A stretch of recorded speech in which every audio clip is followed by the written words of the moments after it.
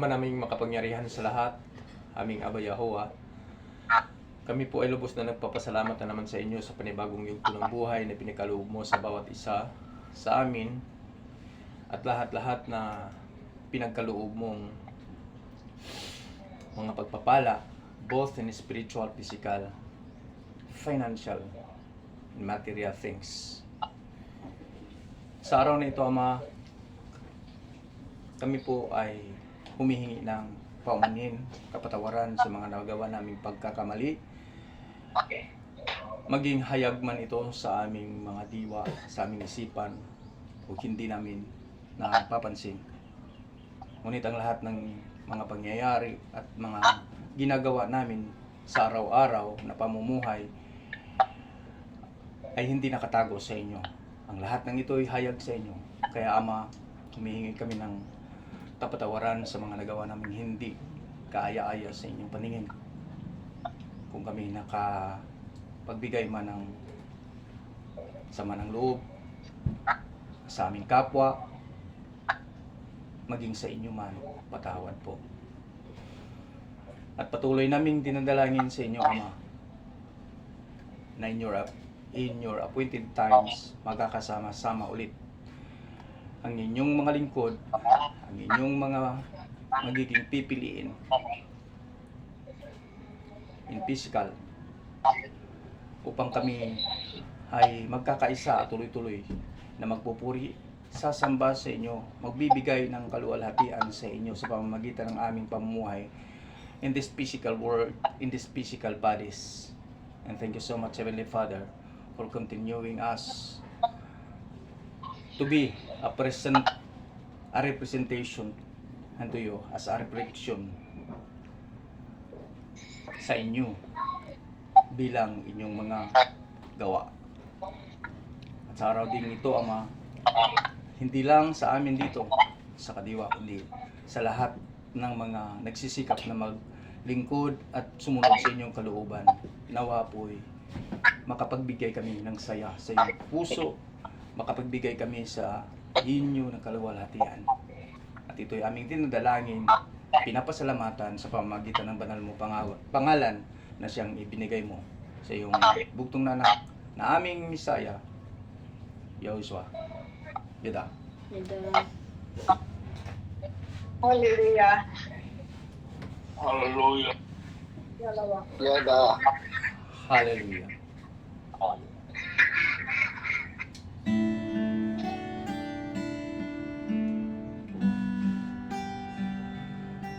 Hallelujah.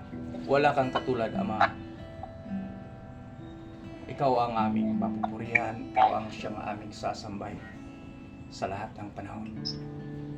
Narito kami magbibigay sa inyo ng papuri at pagsamba sa lahat ng paraan.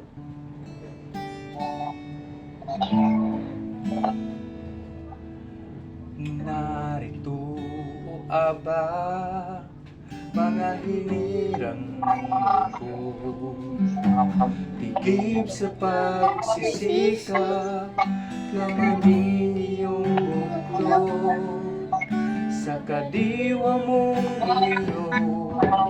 Lahat nawa ay puso. Sa salita mong utos, bawat isa ganito ay susunod. Ito ay laging susundin, dito tatalikdan. Pagkat nagbibigay buhay sa lingkod mong hirap. Tapat mama. Ikaw ang aming kalasan, kaya nawa ay iligtas. Ang pagsunod sa utos mo ang siyang laging sinisikap. Tira natin na palimapa. Ang iyong mga utos ay tunay na inibig. Sa bawat araw ng buhay namin ay laging iyong iniisip. Madidiwa mong lingkod, kalooban mo ang siyang nais. Kaya salamat at papuri sa'yo'y buong pusong inilalapit. Salita mo ay tanaw at sa amin ay patnubay. Liwanag na tumutundok tungo sa iyong kaharian. Kaimtim na pangako, ikaw lang ang susundin. At sa iyong pagmamahal, buhay namin ay pagpalain. Ang iyong mga utos ay tunay na inibig. Sa bawat araw ng buhay namin ay laging iyong iniisip. Madidiwa mong lingkod, kalooban mo ang siyang nais. Kaya salamat at papuri sa'yo'y buong pusong inilalapit. Kaya salamat at papuri sa'yo'y buong pusong inilalapit.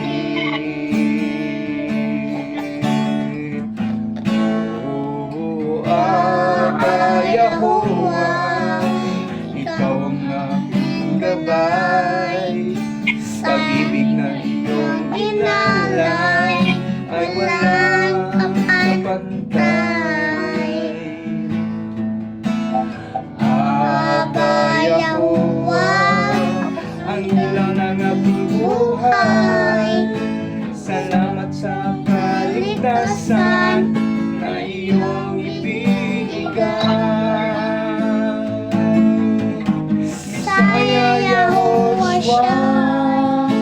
ikaw ang aming gabay. Tubuhanan na ang buhay patungo kay Aba Yahuwah. Ang diwa mong banal, karunungan at pagmamahal, ating itataas sa pupurihin ng tunay. Panalangin ko, Aba, na ako'y maging matibay sa bawat pagsulong at pinaya. Ako'y magpapasalamat Misaya Yahushua.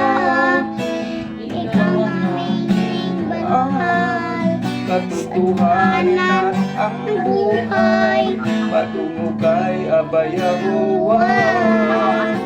Ang diwa mong banal, karunungan at pagmamahal, aking itataas ang pupurihin kang tunay.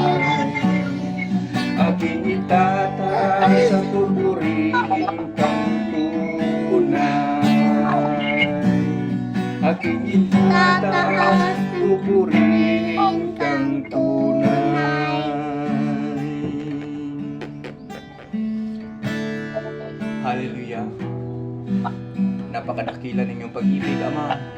sa bawat isa sa amin.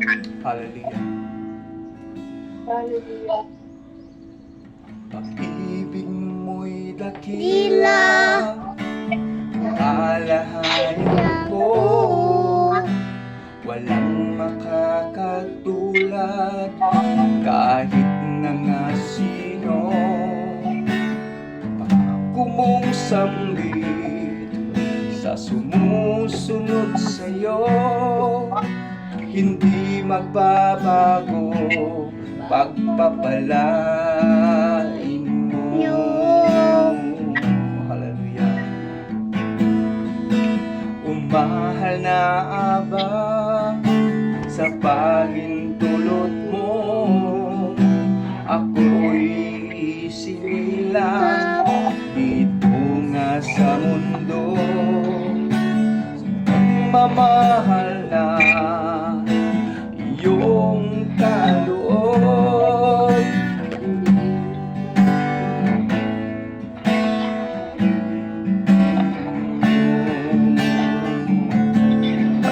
mahal na Aba Yahuwah, dakilang mananakop, nag-iisang alahayam ng buong sansinukob. Salamat sa buhay at pagpapalang lubos sa aking adhikain. Ikaw nawa ay malugod, mga kasalanan nawa ay malimot, pagkat nananalig sa anak mong Iron. Saya Yahushua, ang perpektong handog, upang kaming lahat ay muli mong matubos. Banal na Aba Yahuwah, dakilang mananakop, nag-iisang alahayam ng buong sansinukob. Salamat sa buhay at pagpapalang lubos sa aking adhikain. Ikaw nawa ay malugod, mga kasalanan nawa ay malimot, pagkat nananalig sa anak mong Iron. Silusaya Yahushua, ang perpektong handog, upang kaming lahat ay muli mong matubos, upang kaming lahat ay muli mong matubos. Hallelujah. Blessed be your holy name, Heavenly Father. You are worthy of our praises and thanksgiving, and all the glory, honor, ay para lamang sa inyo, ang dakila at makapangyarihang Aba Yahuwah. Yada. Hallelujah. Hallelujah.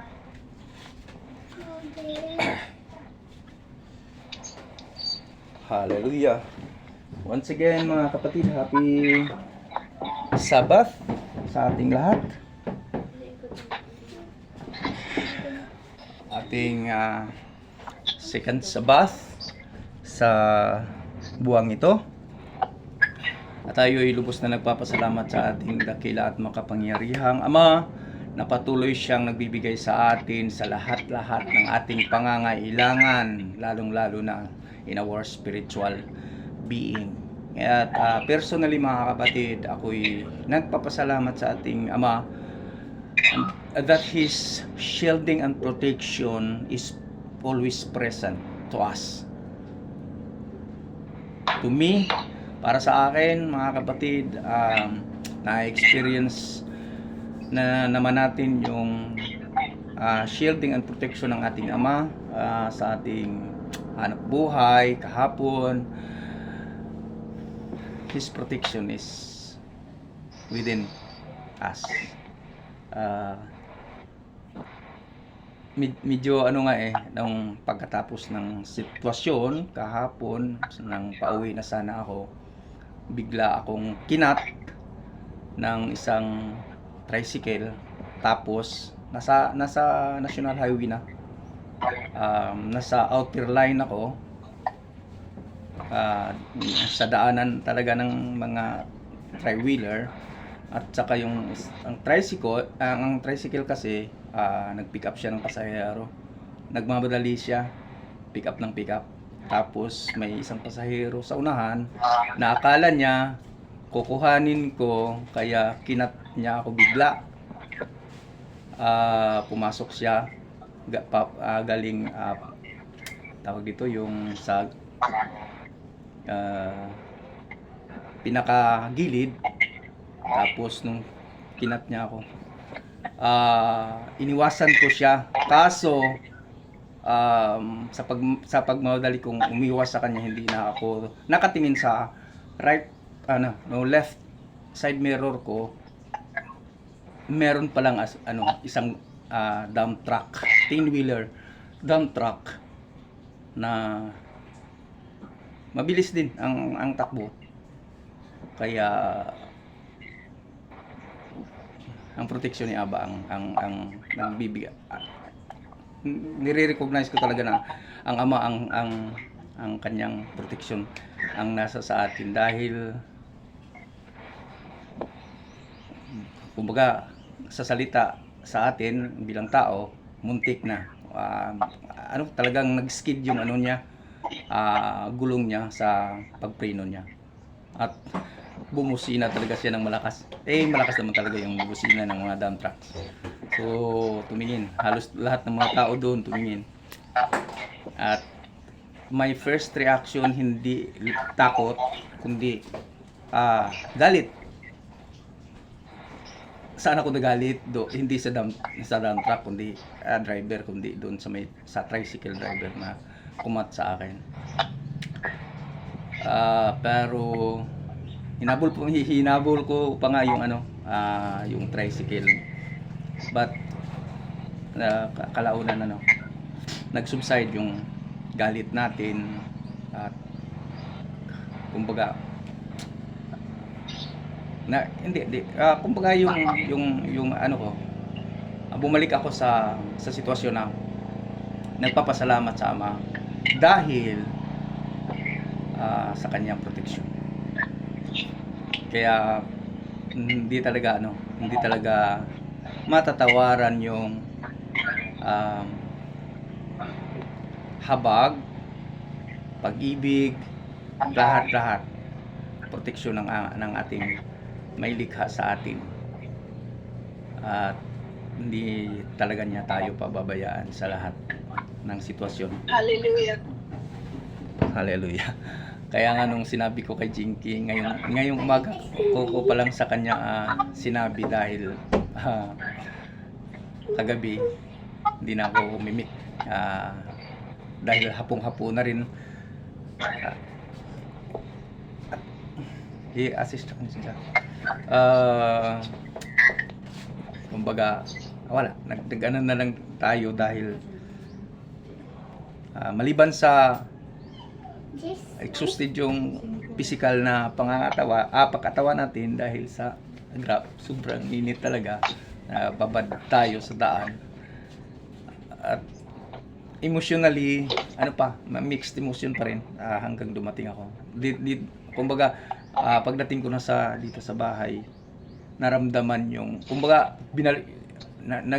nag-flashback sa akin yung senaryo, at tawag ito, merong sa loob natin, sabi ko, kung wala talaga ang proteksyon ng Ama,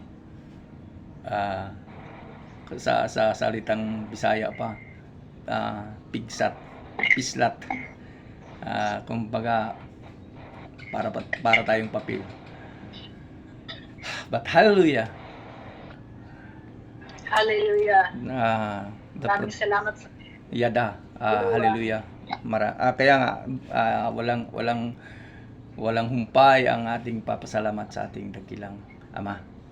Hallelujah. So, ngayon mga kapatid, so si Kuya Odi nag-ano na lang talaga dahil may appointment.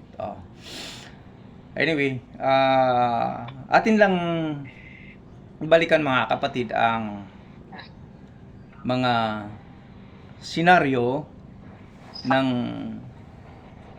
pagtatanong ng mga apostolis ng ating Misaya sa kanilang kapanahunan nung ang Misaya ay nagbibigay ng mga parabulo sa mga tao, sa mga audience. 'Di ba?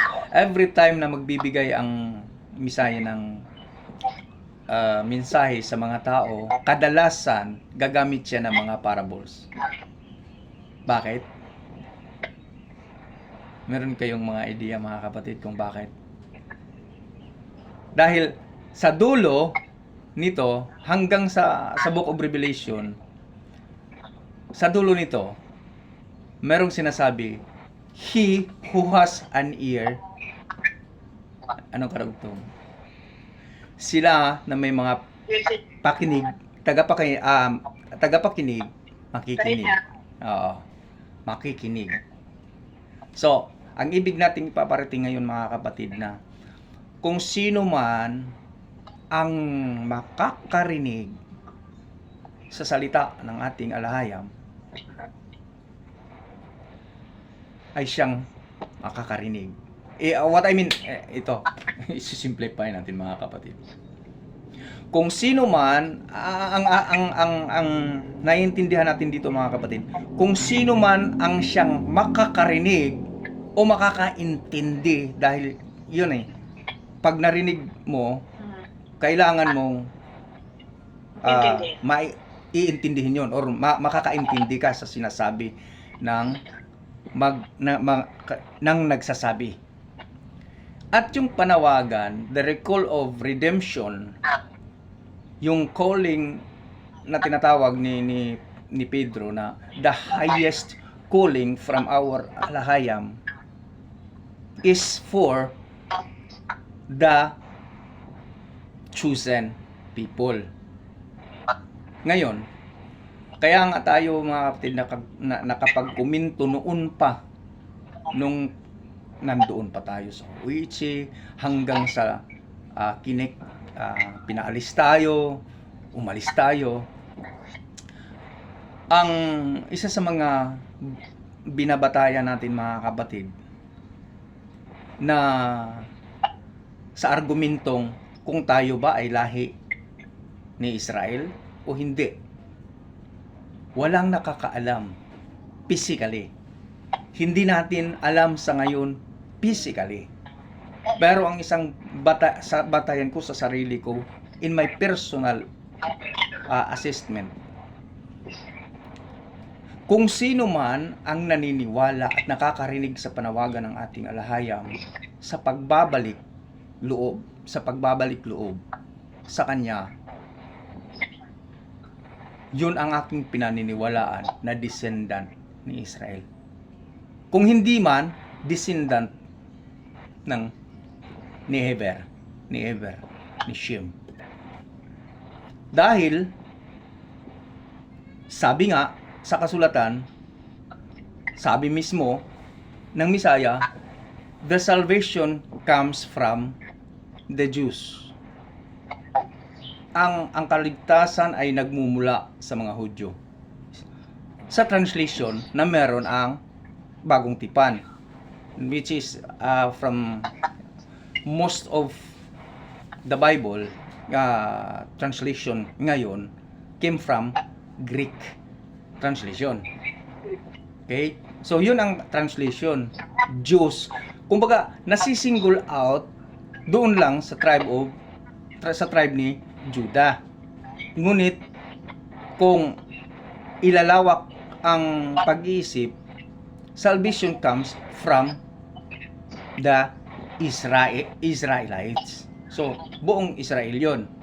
Dahil naman, ang root of GC na tinatawag sa propesiya, tumutukoy sa katauhan ng Misaya. Okay?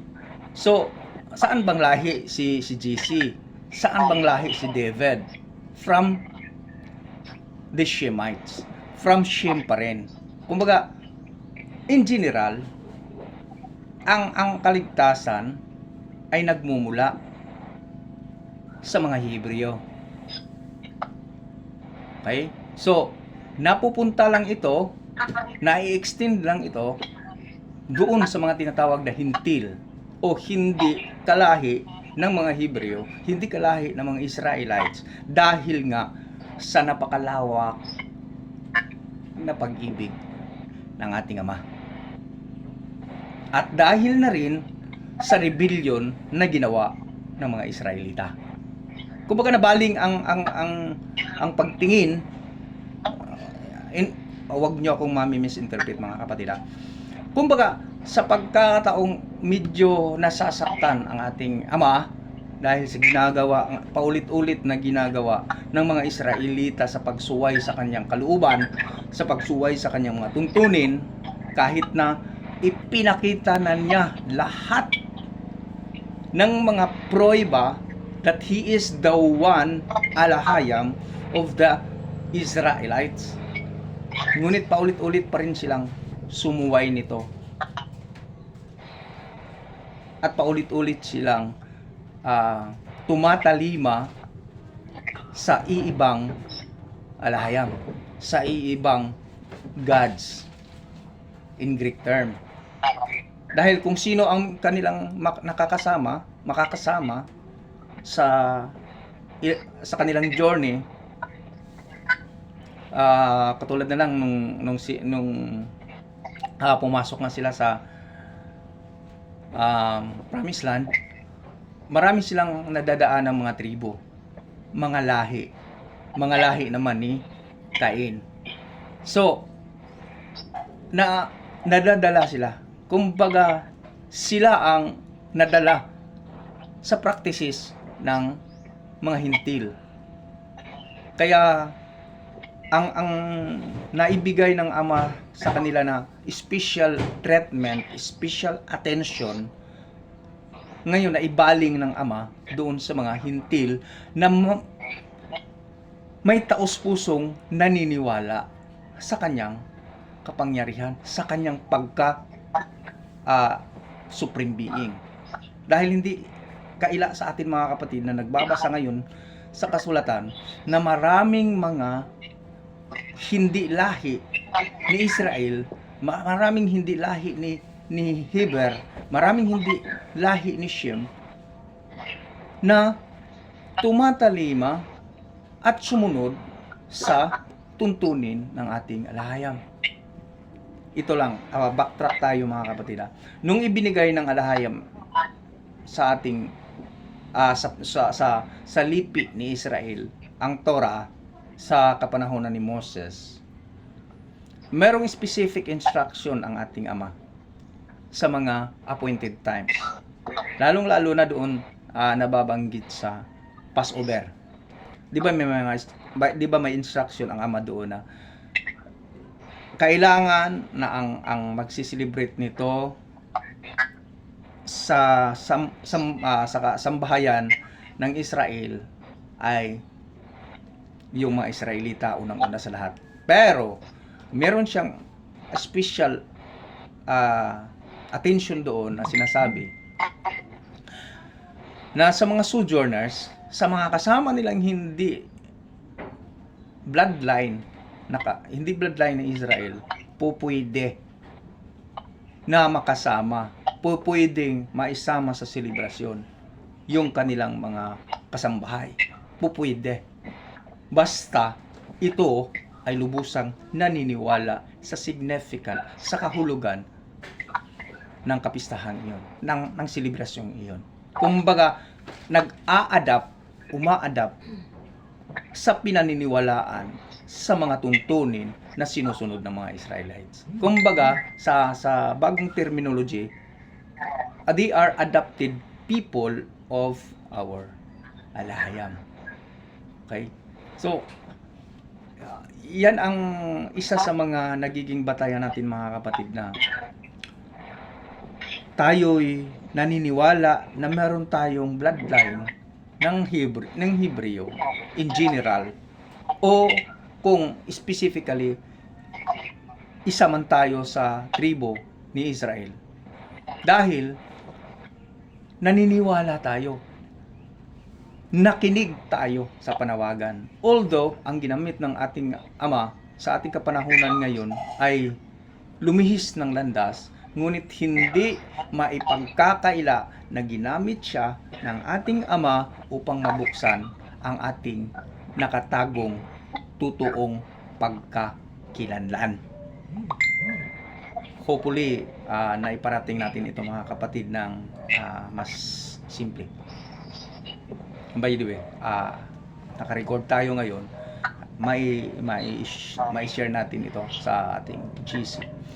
So in behalf sa ating mga kapatid na hindi natin kasama ngayon sa live natin, papaalala lang natin, mga kapatid, na ang journey ng mga Israelita na nagmula, ito'y isang refreshment.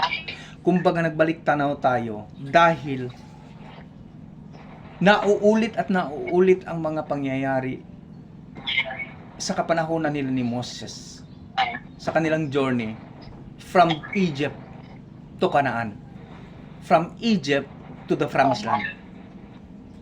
And this situation is the same as today. Ano ba ang Promised Land? Ano ba ang pinapromise in the whole mankind? Ano ba ang promise ng ating Ama? Na mapupuntahan sa mga taong sumusunod sa Kanya. The kingdom. Ang kaharian na inihanda ng ating Misaya nung siya ay nagsabi sa kanyang mga disipulo, na mababasa natin sa Matthew 28 hanggang sa Acts chapter 1. Na sinabi niya, huwag kayong malungkot kung ako'y aalis sa inyo, dahil magpapadala ako ng kaagapay ninyo. At huwag kayong malungkot kung ako'y aalis sa inyo, dahil alam ninyo kung saan ako pupunta.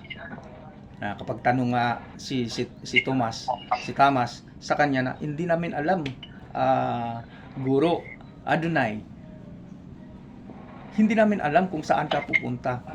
Sabi nga ni Misaya na, ang tagal na nating nagkakasama, Tomas, hindi mo pa alam, hindi nyo pa alam kung saan ako pupunta. Okay? Hindi nyo pa alam, ang Ama, na ako'y kasama na ninyo. So, specifically lang sinasabi ng Misaya, sinabi niya dito, Tomas, ako ang daan, ako ang katotohanan, at ako ang buhay. Walang makakapunta sa Ama kundi sa pamamagitan ko. Yun ang sinabi specifically ng Misaya. And dinagdag ng Misaya sa pagkasabi sa kanyang mga disipulo, na sa kanyang mga apostoles, na huwag kayong malungkot dahil ako'y pupunta kung saan ako galing, ako'y babalik doon upang ipaghahanda ko kayo ng mga kanlungan. Sa translation ng Greek, from Greek into English, lalong-lalo na sa King James Version, unang translation na nakakamtan, lalong-lalo na dito sa opera, yung King James Version. Ang translation doon, siya'y maghahanda, sabi ng Misaya, ako'y maghahanda sa inyo ng mansyon.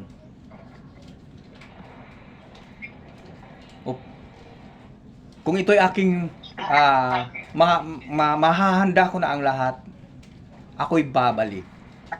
Dahil ito'y ibibigay sa inyo na kanlungan, dahil hindi na tayo magkakahiwalay.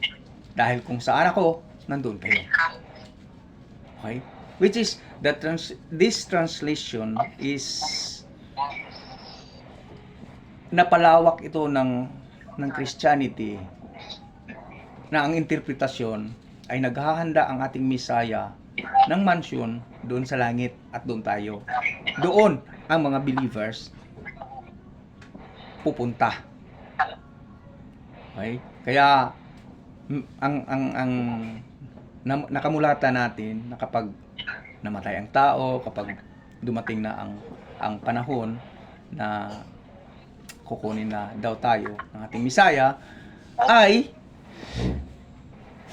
doon tayo sa langit pupunta, which hindi naman nakasulat talaga sa Biblia, sa kasulatan, na ang inihanda ng Misaya ay doon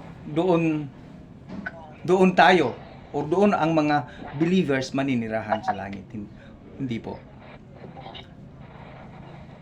Ang inihanda ng Misaya, ang inihanda ng Ama sa sangkatauhan na siyang naniniwala at sumusunod at nakapasa sa kanyang mga tuntunin, ang makakapunta o ang makakapasok sa kaharian ng ating alahayam ay yung inihanda niyang lugar, ibababa niya dito sa lupa. Nasa ang account nga ng Book of Revelation na nakikita ni John, may new heaven and may new earth na inihanda ang Ama upang ito ang dwelling place. Ano nga pala ang translation ng mansion from Greek into English, ang kahulugan nito ay hindi yung mansion na alam natin na bahay, yung malaking bahay. Kasi ang nasa mindset ng tao ngayon, pag sinasabing mansion, napakalaking bahay. Ngunit ang kahulugan ng mansion from this translation is, it means dwelling place. Okay? So, ang dwelling place na inihanda ng Misaya doon sa kanlungan ng kataas-taasan ay ibababa dito sa lupa. At dito siya maghahari. Dahil ito nga ang ibinigay na ears. Ito nga ang ibinigay ng Ama na kapamahalaan ng Misaya. Kaya nga siya tatawagin na, pagdating niya sa pangalawang pagkakataon, siya tatawagin na King of Kings and Adonai, alahayam sa lahat ng mga alahayam. Kaya kailangan lang talaga ng bawat isa na mananatili. Sabi nga ni Tito Romy, naalala ko pa ang sinasabi niya noon, na we must stick the rules.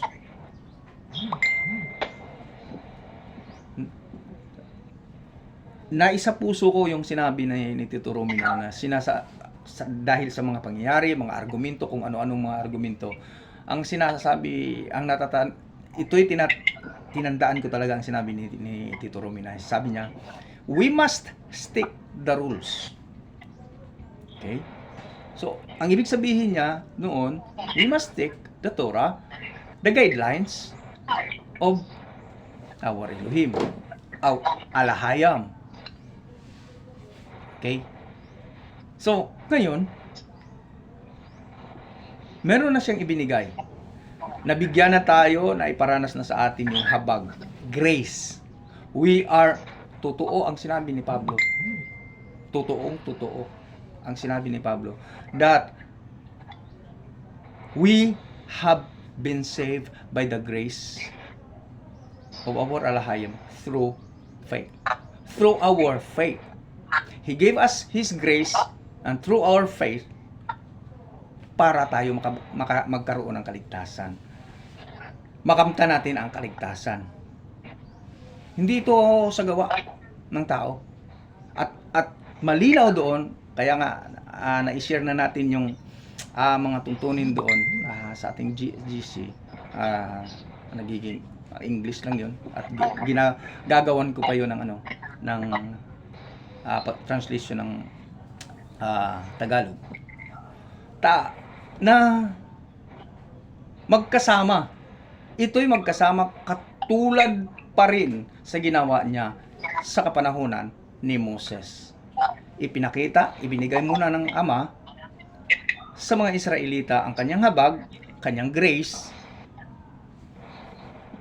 at sila'y naniniwala sa kanya na merong alahayam na nagbibigay ng sufficient grace for them.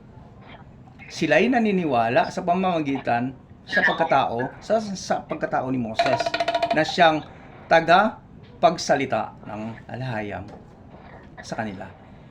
Nung sila'y naniniwala, ibinigay ng alahayam sa kanila ang mga tuntunin upang ang kaligtasan na ibinigay ng alahayam sa kanila ay mapapanatili nila hanggang sila'y makarating sa lupang pangako.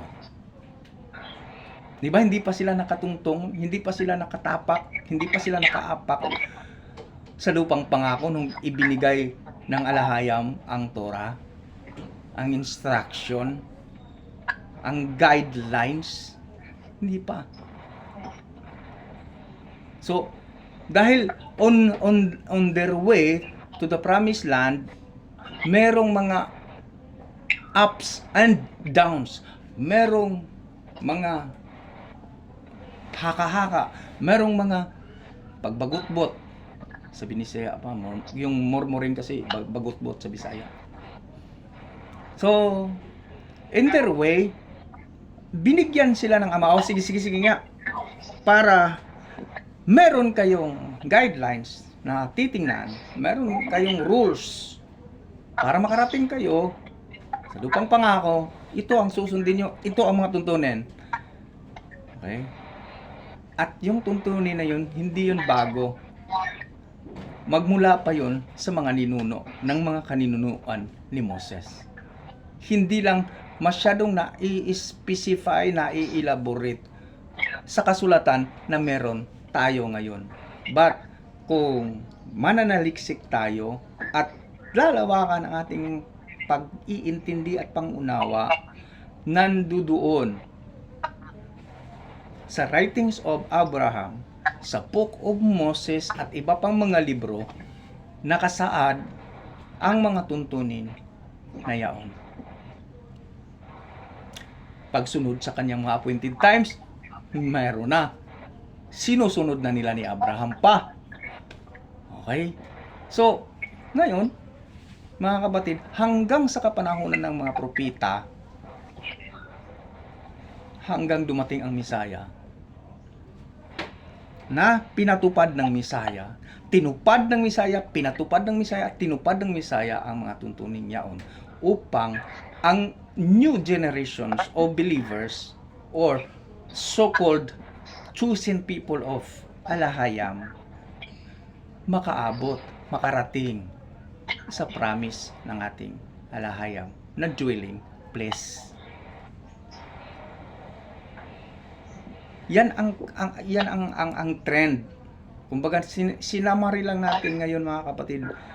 Binalikan natin, nag-backtrack tayo ngayon, sinamarize natin ang trend ng habag ng grasya ng Ama. Through faith. Dahil walang makakamtan ang tao na kaligtasan kung hindi mismo sa sarili niya na siya'y maniniwala na mayroong nagbibigay ng kaligtasan. Mayroong source of salvation. Ang salvation ba, ito ang tanong, ang kaligtasan ba na ino-offer ng ating alahayam ay para sa lahat? Ang sagot, dalawa. Para sa akin, dalawa. Para ba ang kaligtasan ba na ino-offer ng ating alahayam ay para sa lahat? Sa akin, dalawa ang sagot ko diyan. Pupwedeng oo, pupwedeng hindi. Bakit? Ino-offer yon ng ating alahayam para sa lahat. Pero hindi iyon para sa lahat pa rin. Ang gulo ni Brother Noe. Para sa lahat pero hindi para sa lahat. Bakit? Doon natin, bakit nasasabi natin yun? Dahil, oo nga, for all. Para sa lahat nga. To all people. To all mankind. For all mankind.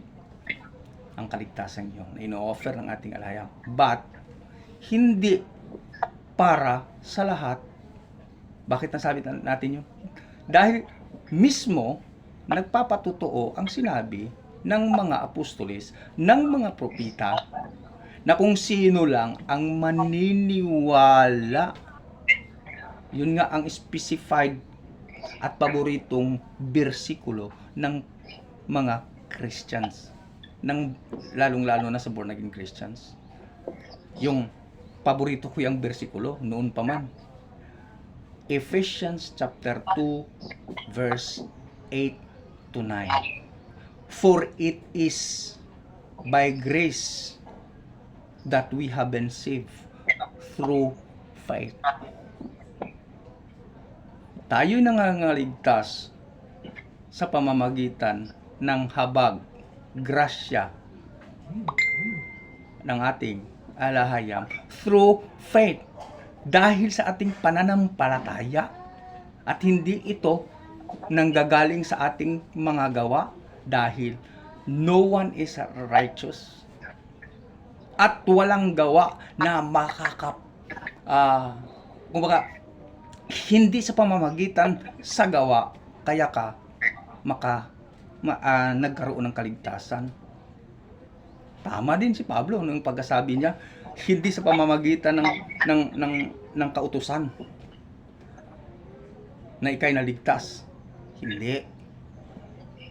Hindi pwedeng baliktarin yon.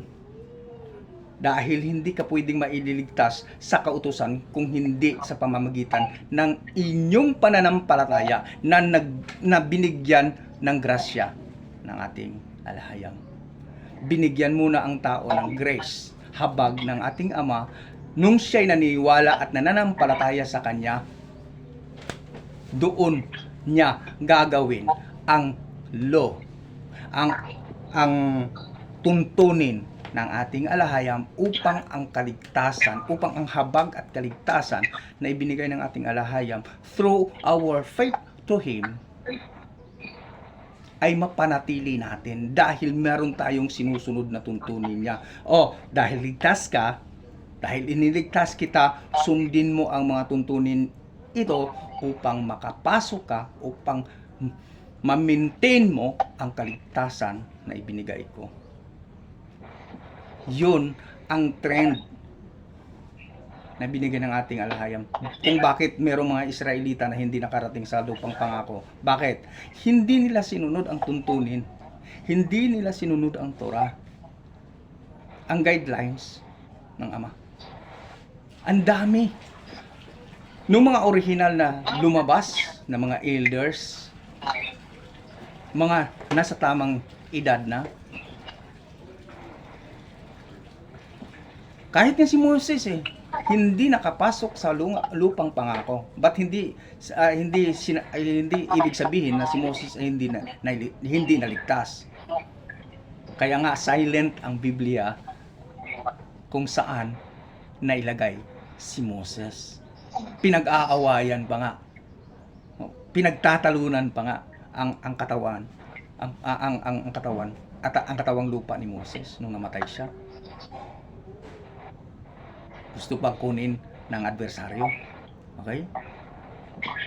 Ngayon, so, bakit hindi sila nakarating? Dahil hindi nila sinunod ang tuntunin. At sino lang ang sumunod? Sino naniniwala? 2 pamilya lang. Si Joshua at si Caleb. Sa mga original wag niyo akong ma-misunderstood mga kapatid. So, ibig sabihin, the salvations that our alahayam offer to the Israelites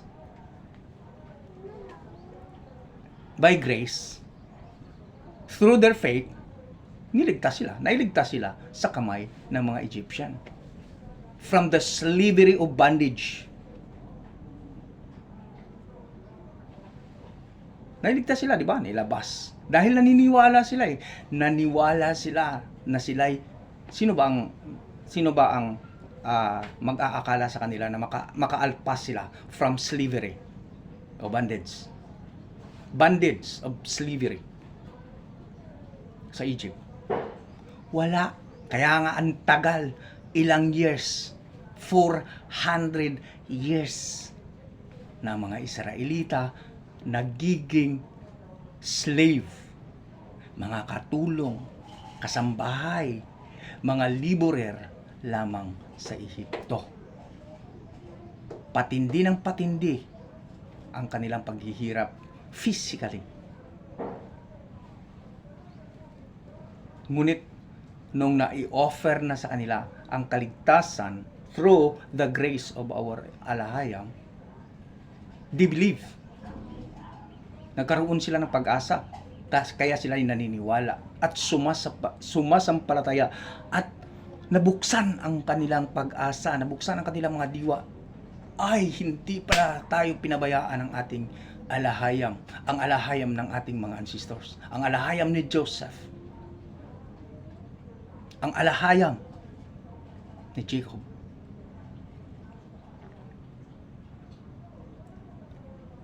Nung sila'y naniniwala, nakamtan nila ang kaligtasan. Sila'y iniligtas. Ang ating Alahayam.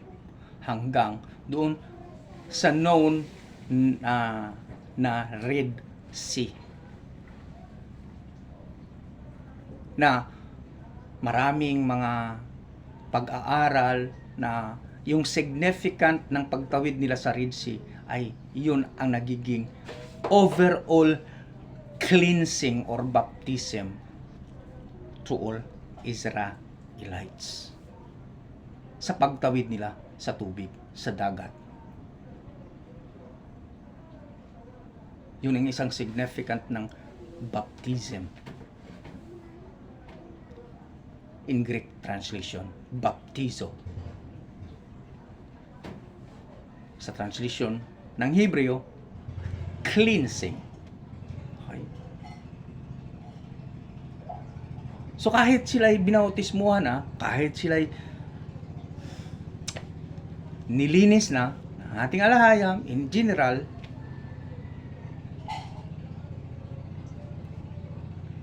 nakamtan na nilang kaligtasan, di ba?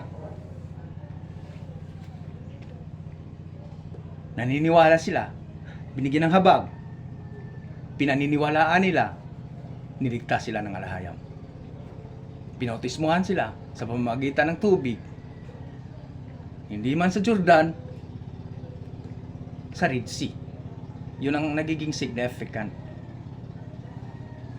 Maraming pag-aaral, maraming debate dyan na nangyayari. But, iisa ang nagiging punto ng mga nag-aaral ng Torah, nag-aaral ng theology. Iisa ang punto. Tumawid sila dahil nakatawid sila sa kaligtasan from the bondage of slavery from Egypt. Yun ang kaligtasan na binigay ng ating Ama. Yun ang saved by grace through faith. Pero binigyan sila ng tuntunin ng Ama. Kasi ito, para ma-maintain nyo ang kaligtasan ito, upang makamtan nyo ang pangako, sundin nyo. Hindi sinunod, hindi sila nakapasok. Ha? Yung sumunod, nakapasok. But paulit-ulit pa rin. Kasi nasa katawang lupa, pag hindi tayo magpakakatatag, magbata, magiging firm sa ating pananampalataya, sa ating Alahayam, sabi nga ni Pedro, the adversary is like a roaring lion waiting someone to devour. Sasagpangin ka ng adversaryo. Paulit-ulit mga kapatid, ang pangyayari. Ini-illustrate nga ito ng Messiah sa kanyang kapanahunan with their conversation, with their interaction sa adversaryo nung siya'y nagfa-fasting ng 40 days and 40 nights upang magsimula siya sa kanyang ministeryo. Kaya mga kapatid, kagaya ng paulit-ulit na sinasabi ng isang elder natin, ni Kuya Odi, na simple lang ang hiningi ng ating Messiah. Simple lang ang hiningi ng ating Ama. Magmula pa noon, sa kapanahonan ng ating mga ancestors, hanggang sa kapanahonan ngayon, simple lang ang hiningi ng ating alahayang sumunod. Kagaya ng structure ngayon ng earthly governance. Tingnan niyo mga kapatid. Bawat bansa may kanya-kanyang mga tuntunin, rules and regulations. Merong mga patakang balaod. Kung sa Bisaya, meron tayong constitution. Dito sa Oper, meron tayo. Merong mga nakasaad, ang haba, ang lawak, ang laki, napakarami na mga susundin bilang isang mamamayan sa Oper. Ang daming mga provisions, ang dami ding pagpapataw. Bawat isang konstitusyon merong kaakibat na parusa. Bawat batas may kaakibat na parusa. Saan ito kinuha ng sangkatauhan? Saan ito nagmula? Simple. Sa kasulatan. Simple sa history. At simple galing sa ating Creator. Magkakaiba-iba man, ngunit ang pinakamainam at pinakamaganda na pamamalakad sa governance dito sa lupa ay ang tinatawag na pinasama ng taga-Western, yung tinatawag nilang communism, which is autocratic government na tinatawag. Doon sa pamamaraang iyon, mas maraming obedience kaysa dito sa liberated form of government. Tinatawag nilang democratic form of government. Sino ang mas maraming siraulo na tinatawag? Sa autocratic or communism or sa democratic? Sino ang mas maraming siraulo? Sino ang mas maraming law breaker? Makikita natin mga kapatid. Kaya simple lang. Kaya sabi ni Kuya, simple lang ang hiningi ng Ama. Yes. Noon pa kay Adan. Ang hiningi niya, sumunod. Obey. Dito nga sa Oper, merong kasabihan ang hanay ng ating mga men in uniform. Meron silang kasabihan, obey first before you complain. Pupwede nating ilalapat sa ating pananampalataya ang kasabihang iyon. Sumunod ka muna bago ka mag-complain sa Ama.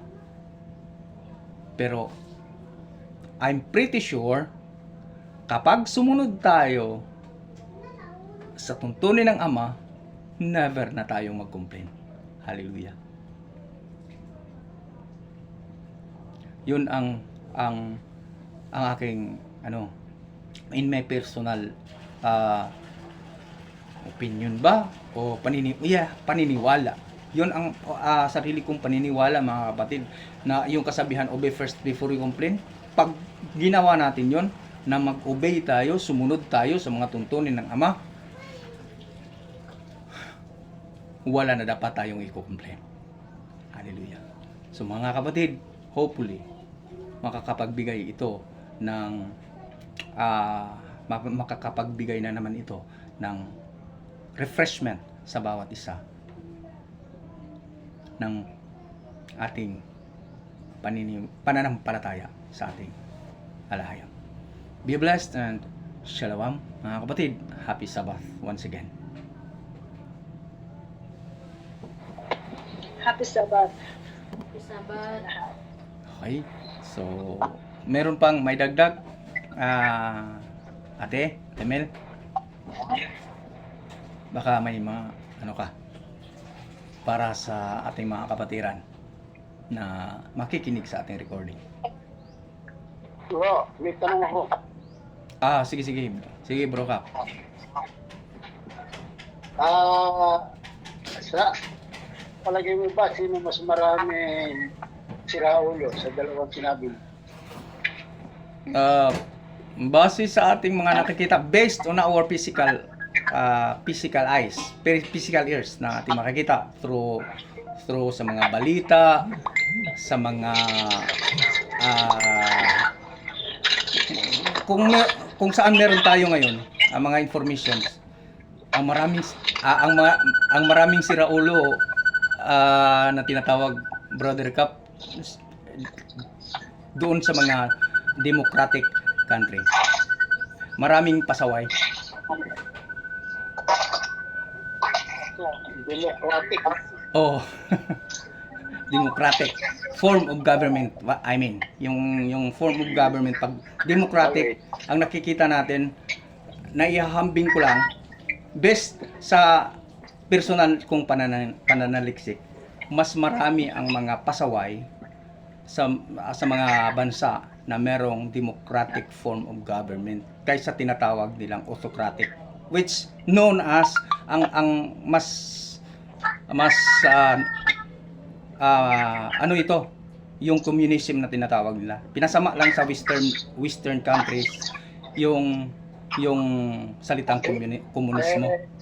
Kapatid, hindi ba yung Hamas? Ano ba yun? Hamas? Oo, yung Hamas. Yung tumira sa Israel. Hindi ko masyadong alam kung ano ang form of government na meron sila. Autocratic or pero ang pagkakilala kasi natin sa Hamas o sa mga Palestina, yung Hamas kasi mga Palestino, karamihan doon mga Palestino from Palestine. So ang pagkakaalam halos lahat ng mga tao sa mundo na sa labas ng kanilang mundo, sa labas ng kanilang lahi, ang halos pagkakaalam ng mga tao dito sa Oper, sa Amerika, kung saan masama sila. At yung tinatawag sa karamihan ng mga Muslim, ang pagkakaalam ng mga Kristiyano sa mga Muslim ay masasama. Yun ang kumbaga ini-invade ng western countries sa atin, sa kanila. Ngunit kung titingnan natin, meron silang kung titingnan natin sa pagsunod, mas masunurin sila, kapatid, sa kanilang konstitusyon kaysa mga nasa democratic form of government. Dahil kung ano ang sasabihin ng kanilang leader, yun ang kanilang ginagawa. Pag sinasabi nilang huwag kayong magnakaw dahil may kaakibat yun na parusa yung pagnanakaw sa kanila, puputulan ng kamay at kung anumang kaya yun nga nasabi natin, mas masunurin, mas obedient ang mga nasa autocratic form of government kaysa doon sa democratic form of government? Yun ang nagiging tanong natin kanina eh. Hindi naabutan ni Kuya Audi yun. So, ang nagiging comparison natin, sino ba ang mas maraming pasaway? Sa democratic form of government o sa autocratic form of government? Hindi na ito nagmamatter kung paano sila i-assist sa ibang mga tao ha. Ang sinasabi natin dito, ang point natin dito, ang pinupunto natin dito, kung sino ba ang mas maraming pasaway sa pagsunod sa form of government na meron ang bawat bansa. Hopefully na-convey ko ito ng mas simple. Kumbaga, ang kino-compare natin dito, sino ang mas maraming pasaway sa mga tao na may kanya-kanyang forma ng governance, autocratic or democratic. Hopefully nasagot ko yung tanong, kapatid. Yung nakikita ko lang assessment ko, mas maraming pasaway sa democratic. Dahil, di ba, wilga dito, wilga doon. magpapasa lang ng batas ang Senado o Kongreso. hindi pa nga naipapatupad samot-saring pagsuway na. At kahit naipasa na ang batas na ito, di ba, may batas na anti-bullying. May batas na anti-plunder. Sino ang maraming kaso ng plunder? Ang democratic form of government ang maraming plunderer. Pero dito sa autocratic, seldom. Pag sinabi ng autocratic government na bawal ang ano ba yun sa Tagalog yung plunder? Pandarambong. Okay. Bawal ang mandarambong sa gobyerno. May napabalita ba sa autocratic government na may mandarambong? Maraming mandarambong? Kung meron mang napabalitang mandarambong, I'm sure parusa. Kung bitay man ang parusa noon sa kanila, binibitay. Kaya seldom tayong makakarinig ng mga mandarambong sa autocratic form of government.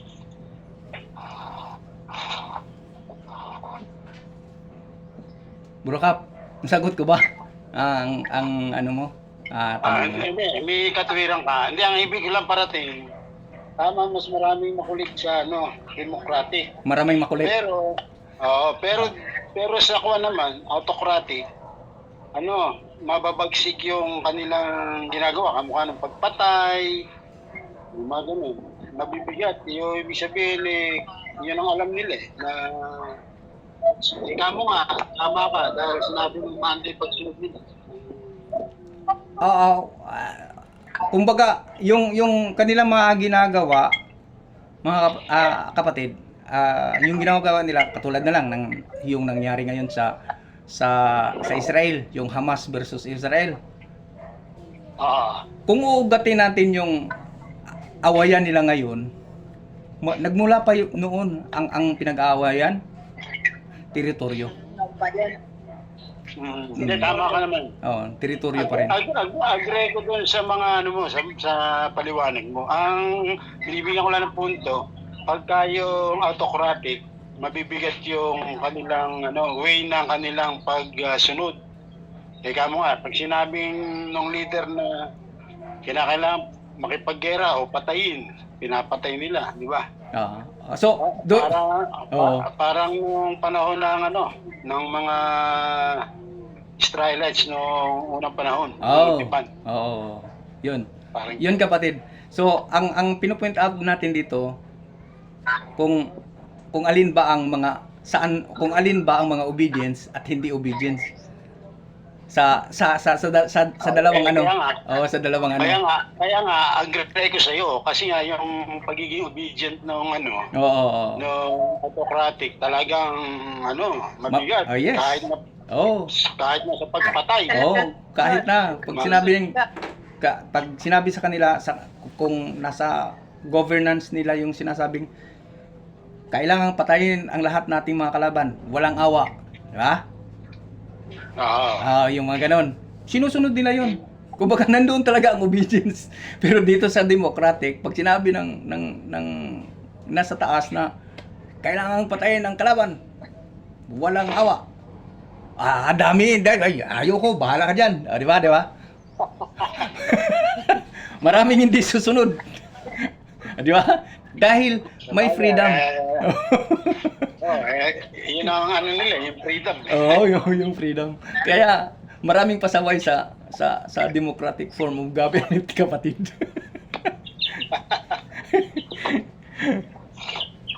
Anyway, so hopefully mga kapatid, meron na naman tayong nakukuhang mabuting aral sa ating mga paglilinang ngayon, at nawa po'y lalo pa tayong pag-iisahin, lalo pa tayong pagtitibayin ng ating dakilang alahayam sa ating pananampalataya sa Kanya, at i-guide pa niya tayo ng lubusan sa Kanyang guidelines. At Shalom. dito. Shalom. Hallelujah. Hallelujah. So, kung wala na, si Kuya Odi, kung wala na, ano? Silent ka eh. Nakikinig lang kami, pinag-usapan yung authoritarian at saka democratic. Yung nalinang na natin, dati yan. Oo nga, kaya nga, Absent na naman ba si Cam nun? oh, Pinatapalang ang Western, malapit na matapos ang kanilang mga araw, ang mga Western. Marami na naki-expose, hindi na kayang pigilan. Tapos dito Hindi na mapipigilan. oo. Kaya nga, hindi na kaya, kasi panahon na lang ang yan eh. Panahon na lang ang mga yun eh. oo. So, Refreshment. tayo lang, tuloy-tuloy lang tayo. Oo. Magbata, magtiis. Kasi narinig mo, Nol, yung mga ano nila, Notes Daniel, yung sila Daniel, sila ang mga pinili. Naririnig niya? Oo. Ha? Oo. Ha? Narinig ko yung kanilang sinasabi. Ayos yun. Ha? Walang problema, kuya. Kanya-kanya naman. Oo. Meron naman kanya-kanyang posisyon, at kung mag-claim sila sa kanila yung. Pero bawal sa atin yan. Bawal sa atin mag-claim. Yung mag-claim, Tayo, tinawag. Tinawag pa lang. Hindi pa tayo napipili kasi himayan pa yan. Marami pang pagsubok. Hindi. Alam niyo yan. Sa Kuya. mga buhay-buhay nyo. Kuya, kahit man, ganito ha. Kahit man, Actually, kahit napili ka na, yes. dapat tatawag pa. Yun ang ibig kong ipaparating. Kasi sa kapanahonan ng Israelites, nasabi nasabi ko na yun kanina nung wala ka pa. Absent ako. Oo, nag-cutting ka. Hindi ka absent, nag-cutting ka lang. Cutting ko. Ano sinabi mo? Yung sinabi, binalikan, nag-refresh lang kami kanina. Binalikan yung panahon ng mga Israelites. They are called chosen people, di ba? Lahat sila. Nagyabang nila yan. Di ba? They are called chosen people. So kahit napili ka na, wala ka pa rin tawag dito. Yung hindi mo pa rin may term akong gustong sasabihin. Parang kababaan pa rin yung kababaan. Para bang ganito, mayaman ka pero hindi mo pinapakita. Hindi, meron pang kuya, meron pang isang term na gusto kong maipaparating na Humility? hindi mo kumbaga hindi magiging isang ano ba yun? Nakalimutan ko tuloy. Kahit ikay anak na, di ba? Kahit ikay anak ng magulang mo, Proud. hindi mo pa rin pwedeng sabihin na isa yun.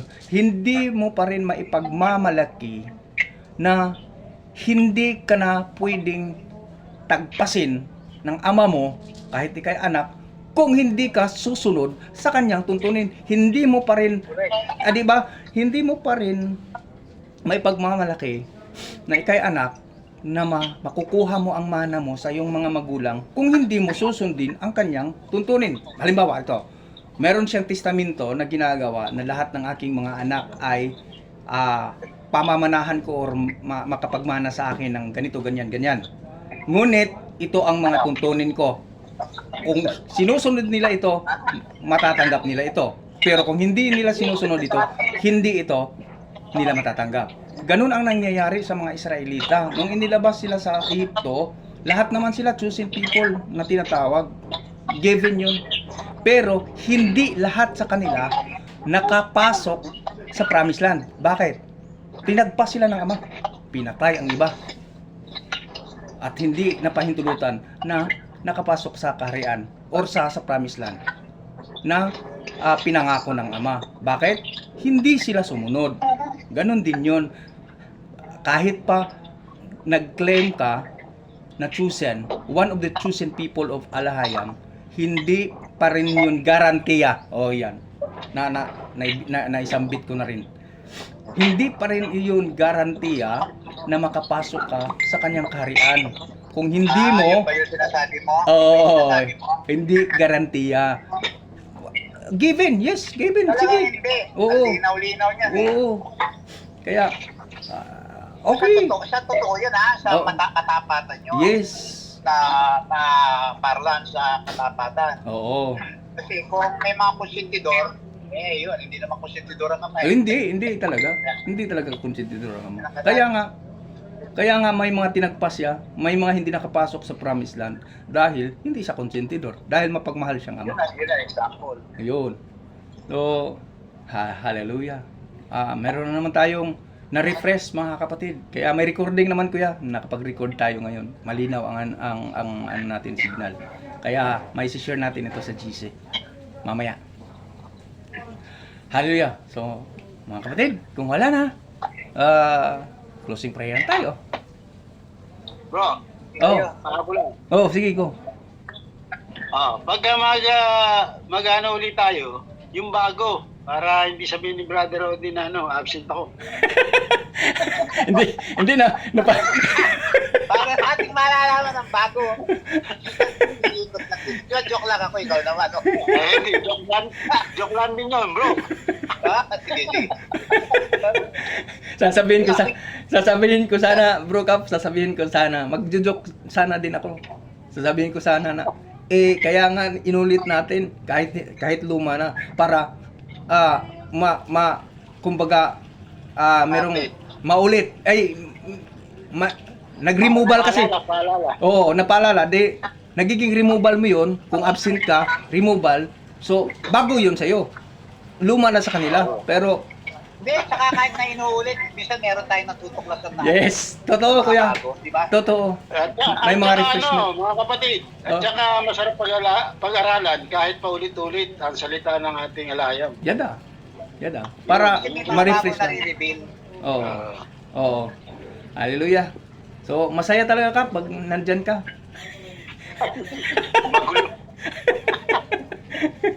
Ayos yun. Anyway, so Brother Cap, lead us our closing prayer. Sige. Sige. Tayo ay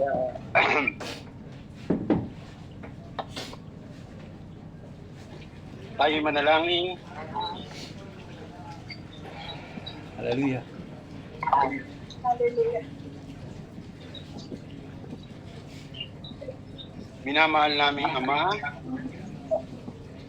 makapangyarihang lumikha ng langit at lupa. Sa oras po ito, Ama, hindi po kami magsasama-samang magkakapatid na dumadalangin sa iyo.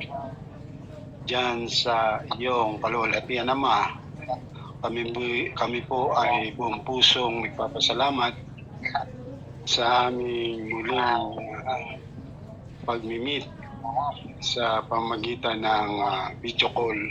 Salamat po Ama sapagkat sa pamamagitan nito ay nagkakaroon po kami ng kalakasan sa isa't isa at nadadama po namin yung aming pagmamahalan magkakapatid. Ama, maraming pong salamat sa iyong ibinibigay sa aming Panginoon at kalakasan upang kami ay magkaisa, makiisa sa mga gawain ito. At mapagpalaan mo po kaming lahat, bagamat kami magkakalayo, naway patuloy mo po kaming iingatan tulad po ng pag-iingat mo sa aming kapatid na Noli na kung saan ay pinatnabayan mo po siya Ama at hindi siya nagkaroon ng problema sa kanya pong pagdadrive.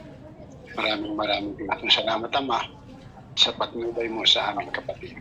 Hallelujah. Ama, ito po ang aming dinadalangin at pinapasalamat sa iyo at nawa po ay muli kami makita-kita sa susunod na araw ng Sabat na kagaya nito na upang kami ay patuloy na maging malakas sa isa't isa. Ito po ang mga dalangin, pinabot namin dyan sa iyong kaluwalhatian sa tulong po ng banal na Espiritu at sa makapangyarihang pangalan po ng aming Messiah, Kristo. Yada. Yada, hallelujah. Happy Sabbath po sa lahat. Hallelujah. Happy Sabbath. Happy Sabbath once again mga kapatid. Regards, bro Cap, regards kay Sister Jen at sa lahat dyan. Salamat bro. Kasabihin ko. Sige.